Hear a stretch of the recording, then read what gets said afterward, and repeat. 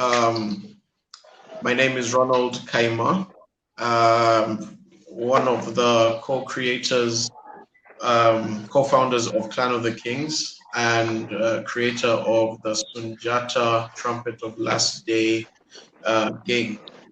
Um, we've not really been doing video games for a while. I work with a childhood friend of mine, Philip, who is also here with us.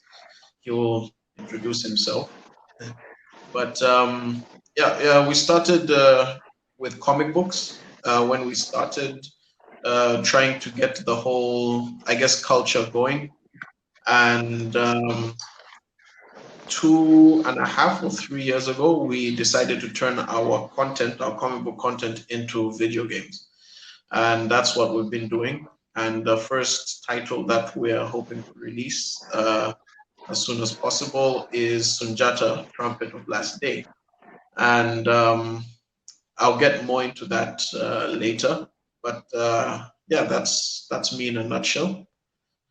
I guess Philip.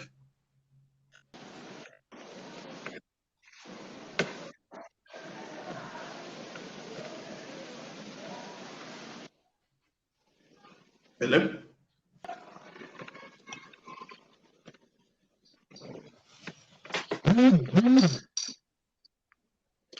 Okay.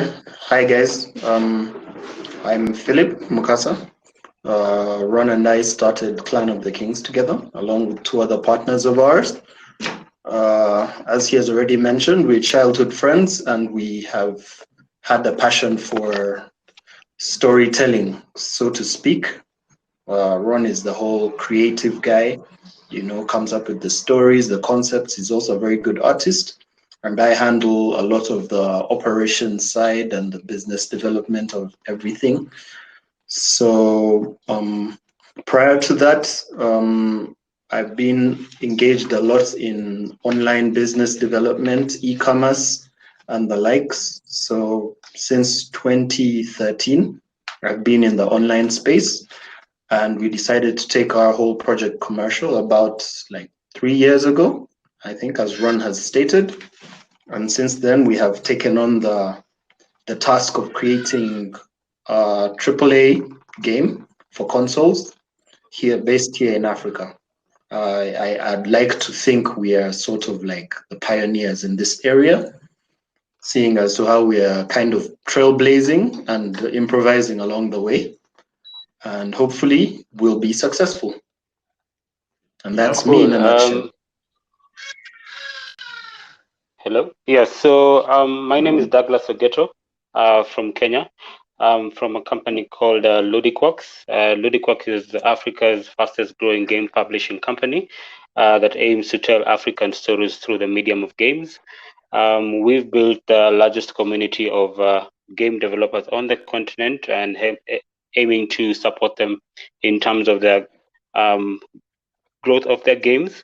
And we are also co-founders of the Africa Esports Championship, aimed at supporting those within the esports industry and upcoming talent. So excited to be here and looking forward to engaging with everyone on here. Thanks. So, I mean, I think we could get started with just talking about where Africa is currently in terms of gaming. And I'm an artist. I think Philip and Douglas have better numbers than me, but Douglas, could you give more insight, maybe, I guess, to where we are, as Africa, as a gaming community? Thanks, Ronald. So yeah, I mean, definitely if we look globally, the numbers are definitely quite interesting. I think globally, game development sits at about 150 B, and those numbers are also and esports is aiming to get to about $1 billion. Definitely, Africa is not being left behind. If we look, for example, on esports, the top six markets are actually by themselves almost getting to the 1 billion mark. So this definitely is good numbers, and I believe we'll be able to catch up now that the industry and markets are opening up. Back to you, Ronald. That's sorry. That's actually something that I feel is something that we really do have to work on. You know, generally from I can tell you only based on, I guess, a developer's perspective.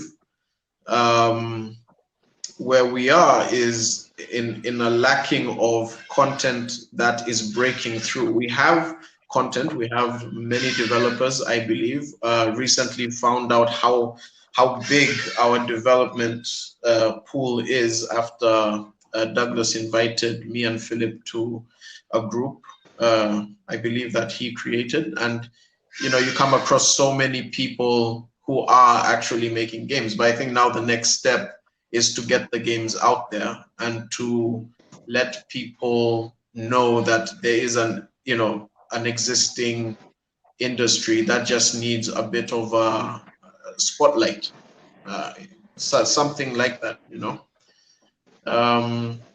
Yeah, Philip, what do you think? Yeah, I actually I agree. The stories are there. So as much as gaming on the continent is not really really fully explored at the moment, I feel like the potential is there. Currently, I don't know if there are like any really the major Europe studios and publishers have a significant in Africa. Well, at least none here in Uganda. If they're starting to pick interest since we are the next big market, right? In terms of gaming, in terms of media, in terms of all sorts of online activity, right? And I feel like the numbers can only go up.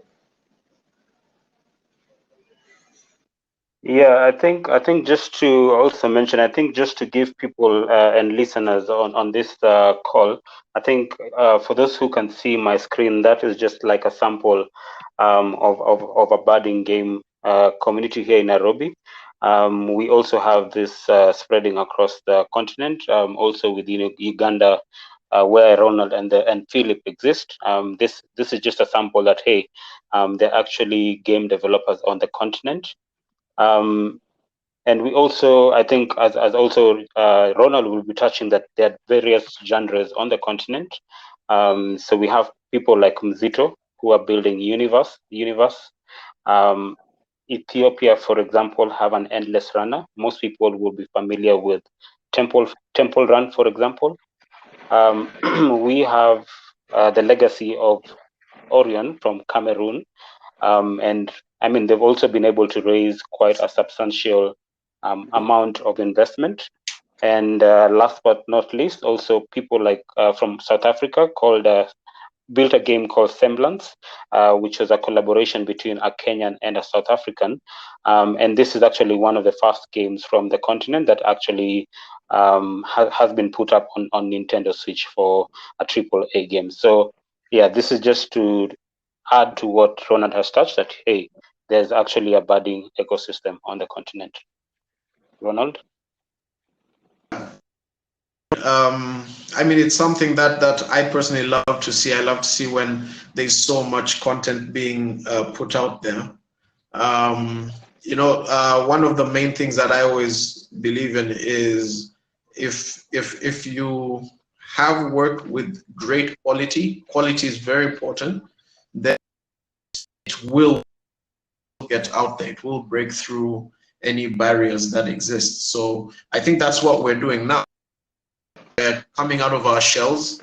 We're letting people see Africa in a different light, which is what I really hope to do with all the games that we plan to make, and really dig into how to grow. You know, I think the growth part is obviously the most important. I mean, I don't think you ever stop growing, right? You just have to start from somewhere. And I know we're not the first. This is not the first generation of African gamers, but I think this generation that I have come to see today is the most, let me use the word hungry, right? Where we're really going at it, really want to get our content out there. We're really determined to see the end of the road. And that's something positive that I have come to witness with game developers of I guess my game developing generation. And yeah, so I think most of the biggest difficulties we would actually face is just because we are starting, there is a lack of resources, a lack of teamwork in some areas, something that is not hard to fix, but just needs the time that it takes. I don't know, what do you guys think is one of the biggest hindrances to us becoming, well, the industry we deserve to become?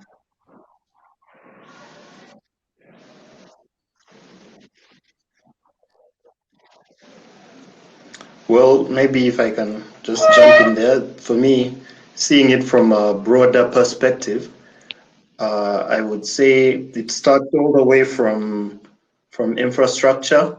You know, the general overview, like what in terms of hardware, in terms of software, do you need in order to actually achieve the like a moderate amount of success for the kind of projects that we are trying to, you know, get off the ground. Yes, we do have the stories. We do want to tell them. How can we get them out there?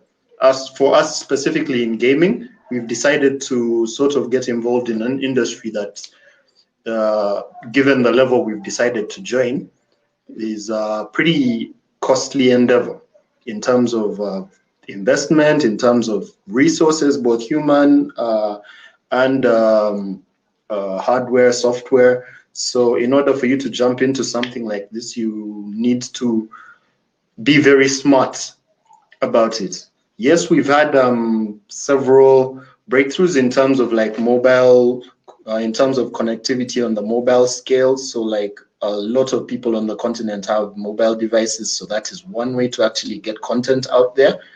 But if we bring it up to a much bigger scale, so we're talking PC, we're talking console, you're trying to reach a market. If you're making a console game and your sort of distribution channel starts like in your current location, like in Africa, it would be hard to sort of monetize something like that, given the high cost of internet, the high cost. People, very few people here actually have the means to afford the types of consoles the games we're making for. So at the end of the day, you have to look at it from a perspective of how do I actually get my project off the ground with the resources that I have. And that's where we come in, where we're trying to create a sort of scenario where we can show people that we can actually make these games with the limited resources that we have. So we have to be smart about it as well and still be from able my to side, compete on a global I know the scale. challenge is in as much as the What do you think, connectivity. Douglas? I think Africa, other markets have last mile connectivity. Africa is yet to get there. But on the flip side, yes, we do have. Africa has the highest number of mobile devices, and the price of mobile data has actually been going down. On the screen, I'm actually sharing how does the price of data compare across the continent. So some of us in East Africa definitely are much more fortunate than others. For example, in Kenya, where price of data is about $2.7. And then if you look at West Africa, for example, Ghana has it at $1, for example, Nigeria at $2, for example. So some of this information is actually encouraging, since the end users, at least where mobile gaming is concerned, we actually know that this will actually help build uptake.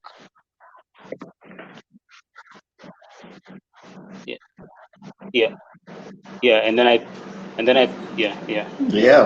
are and I think actually just very to add interesting that, at least numbers, in terms of fiber given connectivity, the definitely the continent is heading in the right direction. We have players like Liquid Telecom, which have put fiber across, like 15 African countries. The left picture is actually fiber being connected at one of the group technology residents in the UK in 2009, which is actually 4 years after Africa got fiber ready. So I think, yes, there are definitely some cons, but definitely we have some great stuff going on. Over to you. Yeah, okay. Interesting stuff. So maybe if we go on to, well, you had already touched content creators on the continent. And as far as I know there, I know in terms of game development on the continent, I think South Africa is currently leading with, in terms of revenue generated from game development, publishing, and esports as well. But Nigeria and Kenya are close seconds as well. In Uganda, we're currently more or less just started, mostly thanks to a lot of help from Douglas as well, who has taken a keen interest in the whole East African region. So here we have a very our base is more focused a lot on mobile. So it's safe to say we are currently in Uganda. We are the first to actually sort of venture into console and PC development in terms of games. I put a link in the chat section to our website for our very first project, which is Sunjata, Trumpet of Last Day. So if you want, you can go ahead and take a look at that.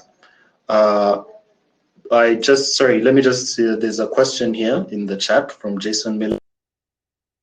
Challenges Africa have with game design. I assume logistics can be challenging, but how about training and technology? Well, in terms of game design, several challenges. A lot of the technology that's used for game design, I'm speaking on behalf of our particular game studio. In terms of game design, it's hard to actually get the people who are actually particular software we need to actually make these games. This is, I think, in line with basically lack of training institutional level to the motivation that the people have. Game design is not looked at as a major career. A lot of us are still stuck in the mindset of, the generic sort of path towards work and everything. So doctors, lawyers, accountants, all that. So this is all still very new. Like Ronald said, our generation is very hungry. So they are sort of diversifying into this. But a lot of the courses that are needed to actually train these individuals are still pretty expensive. But thankfully, due to the prices of internet going down and the availability of all this stuff online, this is actually getting a lot easier. Partially answer your question. Would you like to add anything to that? I think mine is just to say, I mean, game design is definitely not the traditional career path that many young people have gone into. But since we have a new crop that is coming up, definitely more people have access to YouTube, the internet, etc., and also just seeing where the world is moving. I think Nairobi, probably some of the countries that probably are at an advantage would probably be Kenya and South Africa, and maybe a few countries in the West that have a couple of design schools that are springing up. And hopefully through this, we will see more people going into the game design direction, and hopefully this will fit into the gaming industry that is growing. So there's more need, definitely for game design. I think that's Jason. Yeah, there's definitely need for more game design knowledge and training. Absolutely, and probably more access to this sort of technology that the people need. Currently, I think a lot of our setup was imported.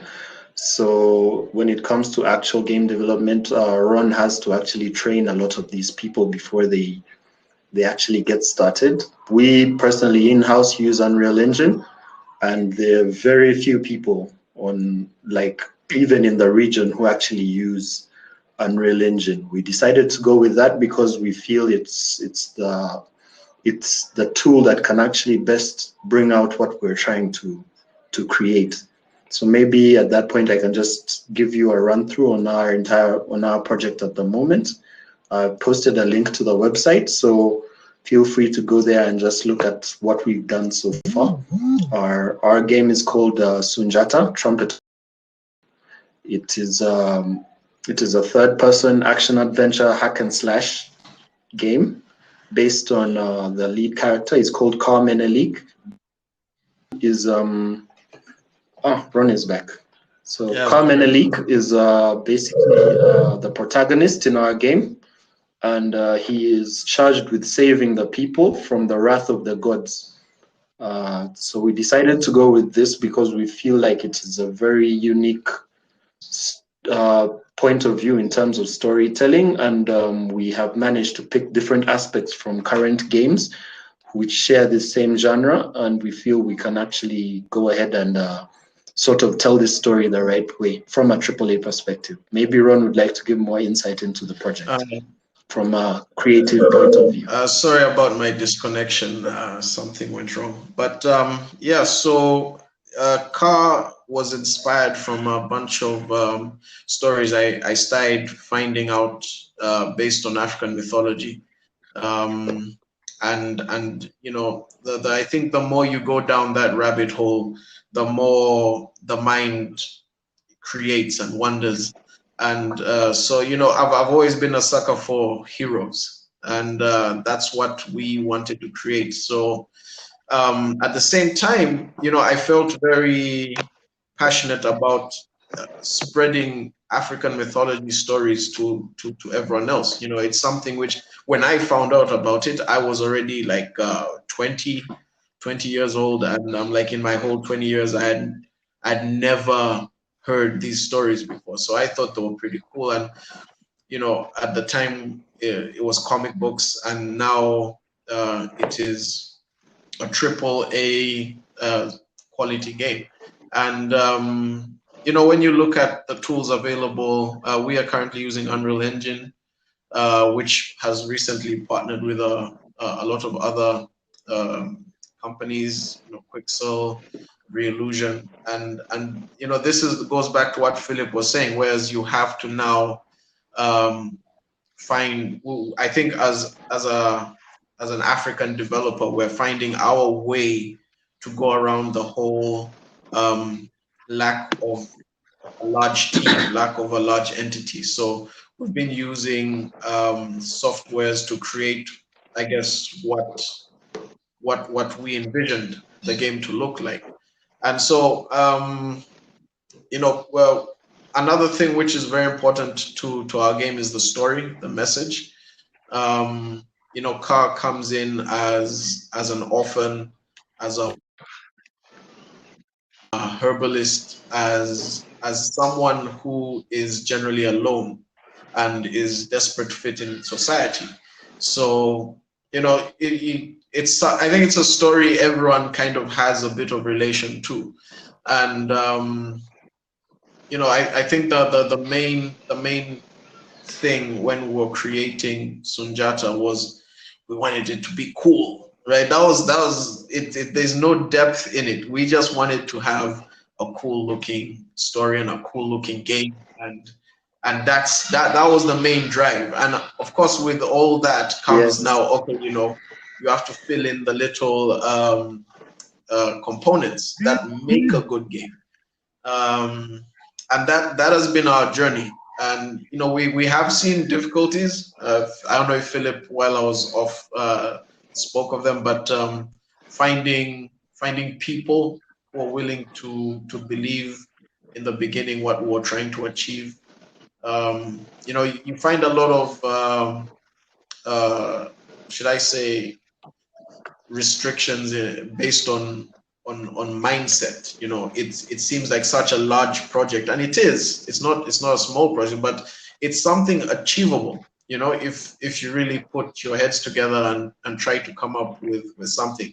A friend of mine once told me, if someone asks you if you can do something, always say yes.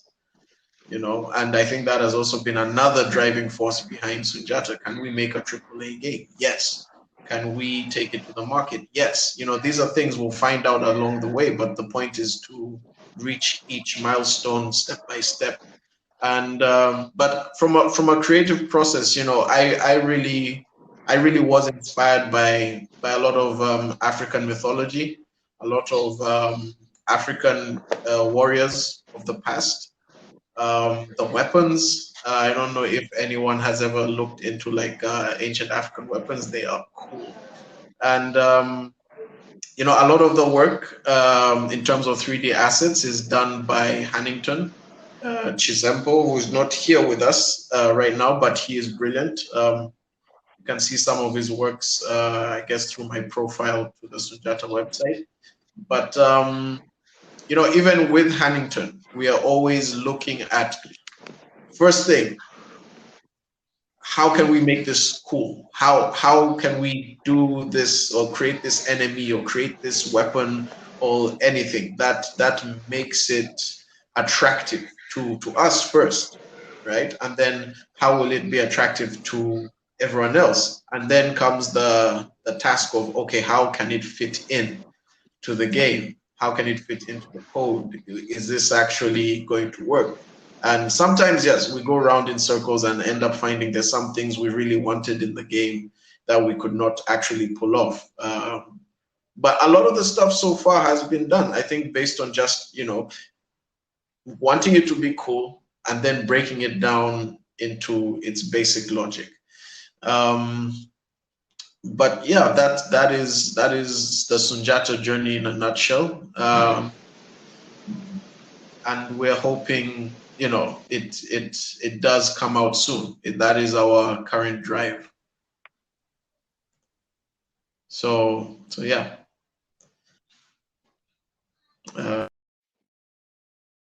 Timeless. Well, that's off.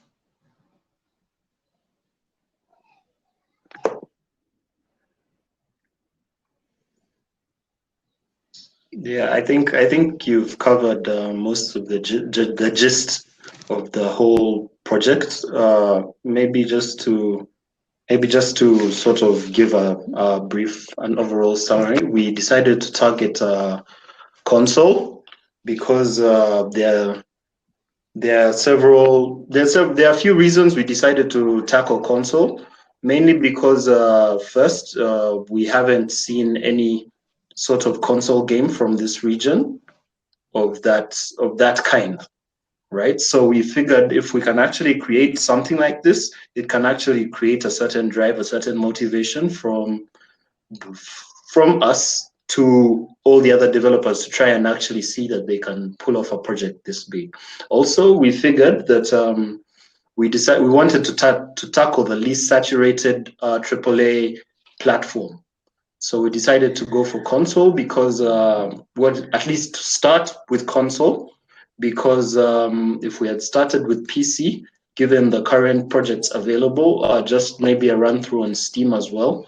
Well, I could be wrong, but there are way more games available for PC than for console, and the console people, both publishers and gamers are looking for more content for these consoles than the PC people. So we decided to tackle console first because we believe there's a greater opportunity there than there is for PC.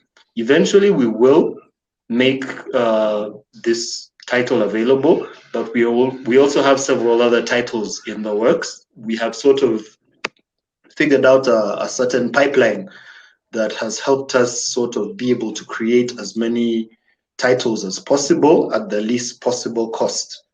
So we sort of looking to create several AAA experience titles in the most efficient way possible. And that's by the use of Ron and his team and me on the operations and the business side as well. And with the help of Douglas as well, with his expertise, he has also managed to be able to streamline the whole go-to-market technique. So with his advice and his input, we have managed to sort of claw our way into certain areas in terms of publishers Cool. that Thanks we for would have never been able to kind get on words. our I'd own. also like just to highlight to people I know people are also wondering, is there actually any opportunity within the esports space? Um, Definitely globally, the numbers in terms of esports also look rosy. And people might be asking themselves, so how does the African ecosystem look like? And I'd like to walk people through a few slides. Um, Generally, I think when you go to Google, there are usually interesting comments, if I may call it that way. Many people ask themselves, yeah, do people in Africa play leagues, for example? And yes, actually, Africans do play games. So I'd like to highlight an initiative called Africa Esports Championships, which aims to create synergy in African esports.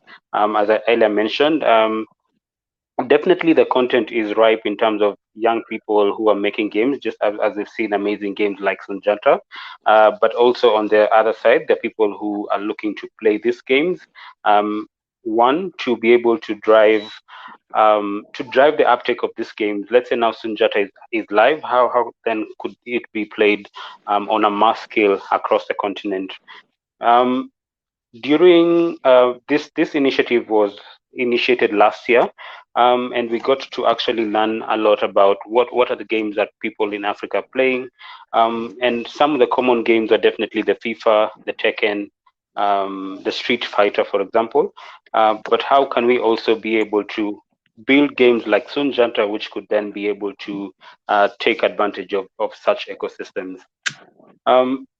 So looking at this timeline, South Africa definitely got started on the esports scene, and this slowly was able to grow across the different African countries, which then through people like this, for example, across sub-Saharan Africa, West Africa, North Africa, um, and even here in East Africa and Central.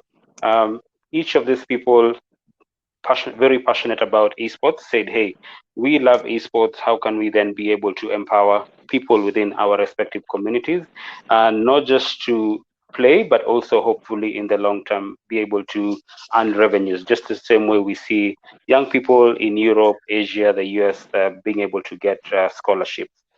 So the Africa Esports Championship spans 24 member countries across Africa, and this is growing.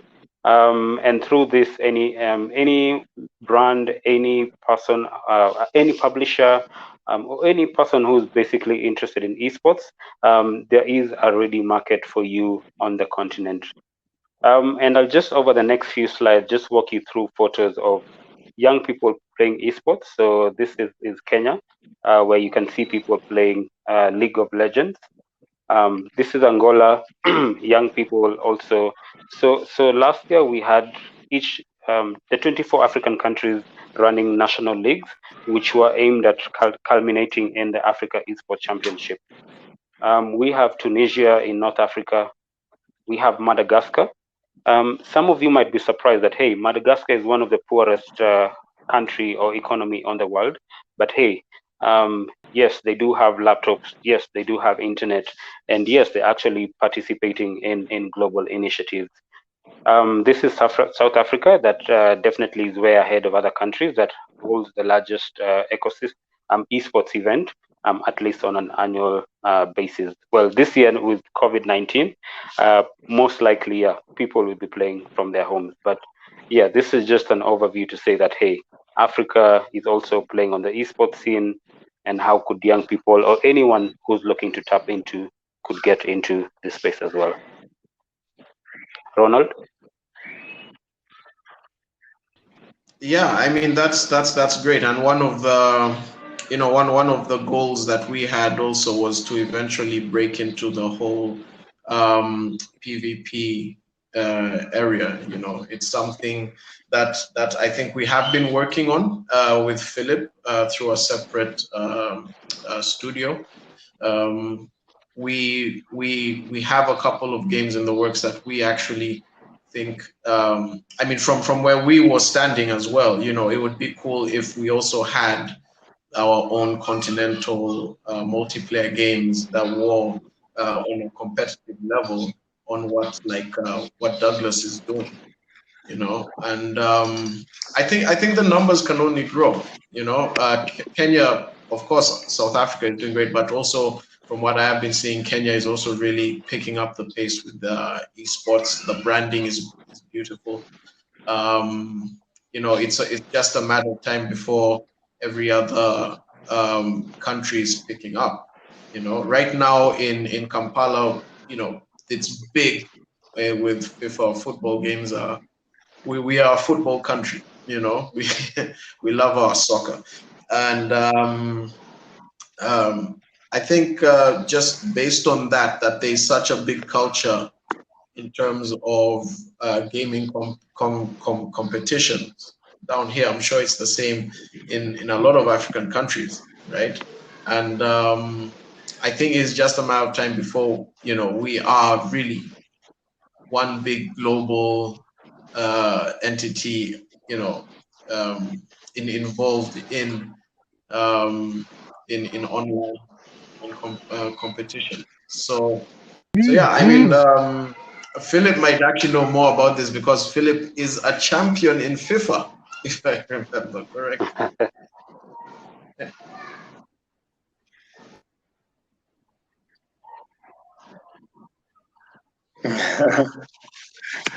Yeah, maybe just you let someone. I think it's Jan or Jan has asked a question about how many people are working on Yeah, Sunjata right now. So so maybe Ron would like to give an when we insight into started, in we terms were of our recruiting, development and team.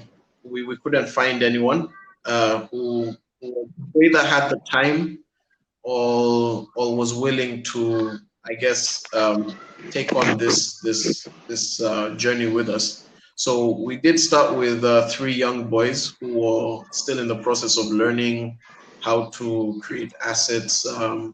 You know, those two brilliant kids, but eventually they could not keep up with the pressure and the pace. So for a long time it was mainly me, and then we came across Hannington, who I spoke about earlier. And ever since then, it has actually only been me and Hannington working on Sunjata, day-night project, you know. And I do give a lot of respect to Hannington.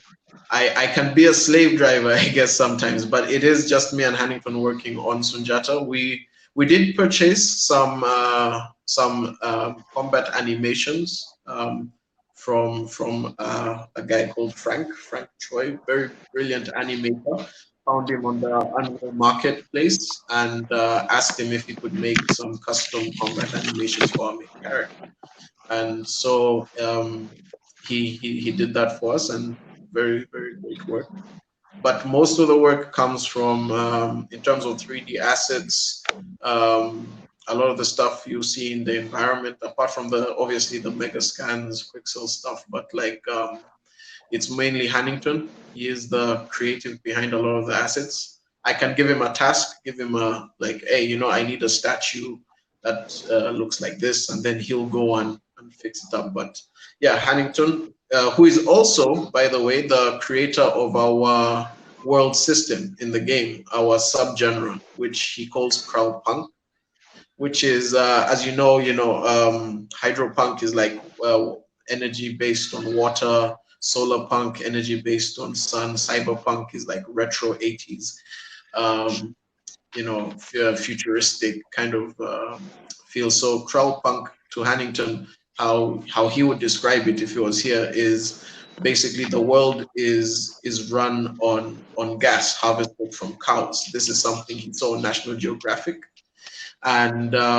basically they would harvest gas from the side of the cow's stomach, and this gas is what we in the game is like the energy source. It's where it's what makes, because we are Africans and cows are an important part of our culture. So this makes in our game cows very important, and so he also created these movable farms, these farms on wheels, and so it's really Hannington on the creative part in terms of coming up with crazy ideas, and then he comes to me, and some are too crazy, and they have to be shut down. But some are really great. A lot of them are really great, and we work on that. And I am behind most of the code. I'm behind most of the music. Who I do work with a couple of people. There's Harriet Jamois. There's my little brother, Trevor Kaima, and we just work on music that just fits the game, and we try to do our best with it. And at the same time, we want the music to be popular, so it is a slow process right now. I handle, like I said, the code, the music, the artwork, the VFX. So yeah, when we started, because I learned game development while making Sunjata. So in the beginning, I was a bit green, and I could not really. I think we leaned a lot on the marketplace, which was great. But what we found was even better about the marketplace is when you buy something, I guess you don't have to just use it, but you can actually learn from it, which is what we did. We things that looked interesting would buy it, and then first instinct is to use it, right? But slowly we started learning, no, you know what, let's just understand how he built his system, or she built her system, and learn to build our own that works with our game. Because that was some of the hindrances we found, where a lot of the stuff you try to fit in that someone else has made really doesn't work with your general idea of where the mechanics, the stuff you want him to do. Like a small example is, there are lots of combat systems, but what we wanted out of our combat system is the choice to use your left hand or your right hand. And this was something that was very important to us. But trying to implement other people's systems into ours was just not working. So we had to go back to the drawing board, start from scratch. And yeah, Philip helps too, because sometimes I do go to him with my problems, and even if he's not a developer, he'll ask me a question, which kind of leaves me like, oh, Ron, you're so stupid. But yeah, so that's our team. That's who is making Sunjata right now. Hopefully, we really want to grow. We want our studio to just be able to provide as many jobs as possible for anyone who is developing.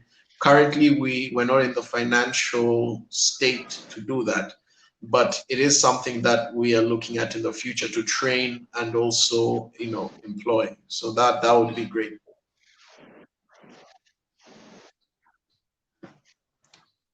Philip?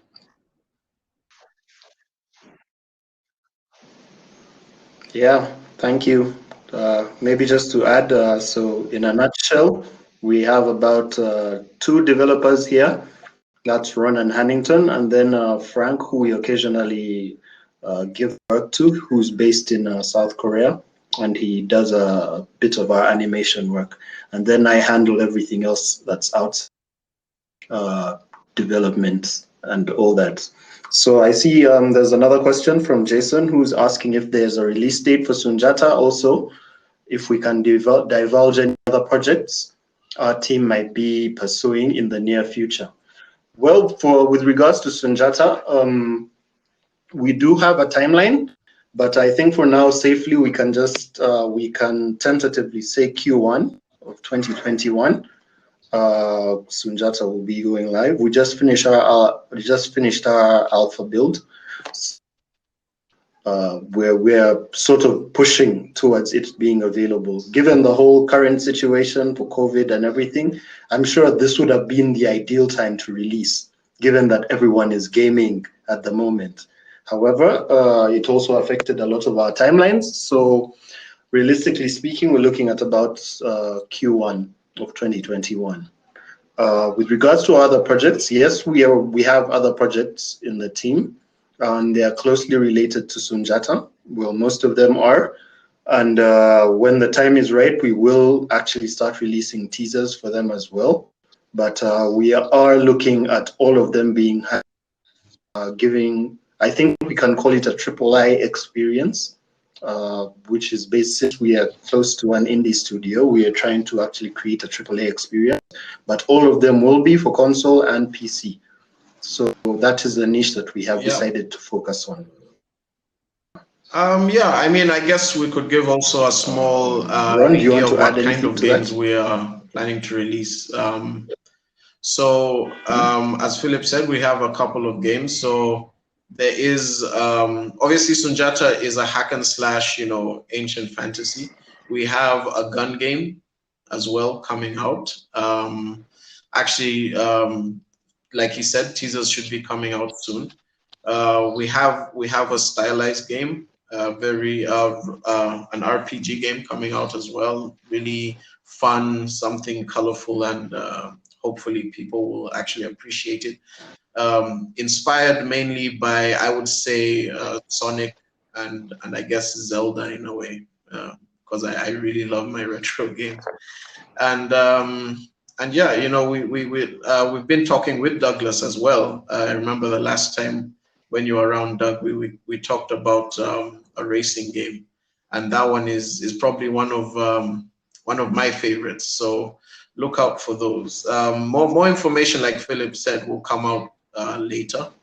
But yeah, those are some of the games that we do have in the works currently right now, alongside Punjab.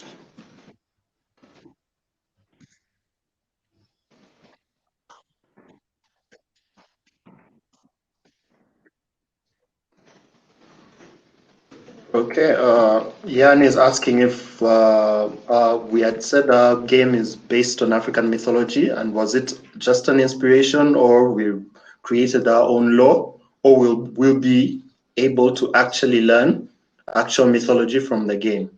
So basically, the mythology within the game is taken from. It's a mix between. It's based on some factual some factual information which we intend to actually showcase in the game, so that people can learn a bit more about the African continent and its culture. So yeah, basically a lot of it is based on information that is factual, and we are just using it to push our content. All right, I think from my we have side, I'd just managed like to to say thank you. create as much awareness as possible. Yeah. Okay. So I think Douglas Ogeto, just I like to guess say that's it thank you from to us. all who are listening. I'm happy to connect with anyone who'd love to know more about the video games and esports industry. And maybe just as a parting shot, I'd play a 40-second clip just to say that, hey, esports is big on the continent. We actually were the first to have esports on a free-to-air channel. I'm not sure if you guys will be able to hear the sound. But yeah, this is just a snippet that we worked with our production partners, What's Good Studio, who have experience also from Hollywood. And we were able to put together 14 episodes of content that was able to air on national TV. So yeah, from my side, thanks. I look forward to connecting with you all. Thank you. And thanks to the GameBreak team that was able to have us. Thanks. Yeah, I would also like to say thank you for everyone. And thank you, Douglas and Philip. This was great. I hope everyone Thanks, enjoyed everyone. it as much as I did.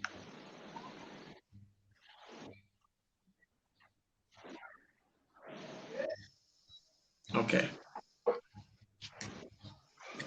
Yeah. Drops Thanks mic. for having us, guys.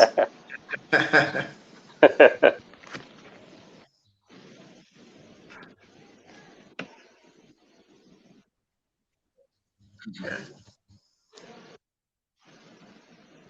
Right, I just clicked the stop broadcast. So, and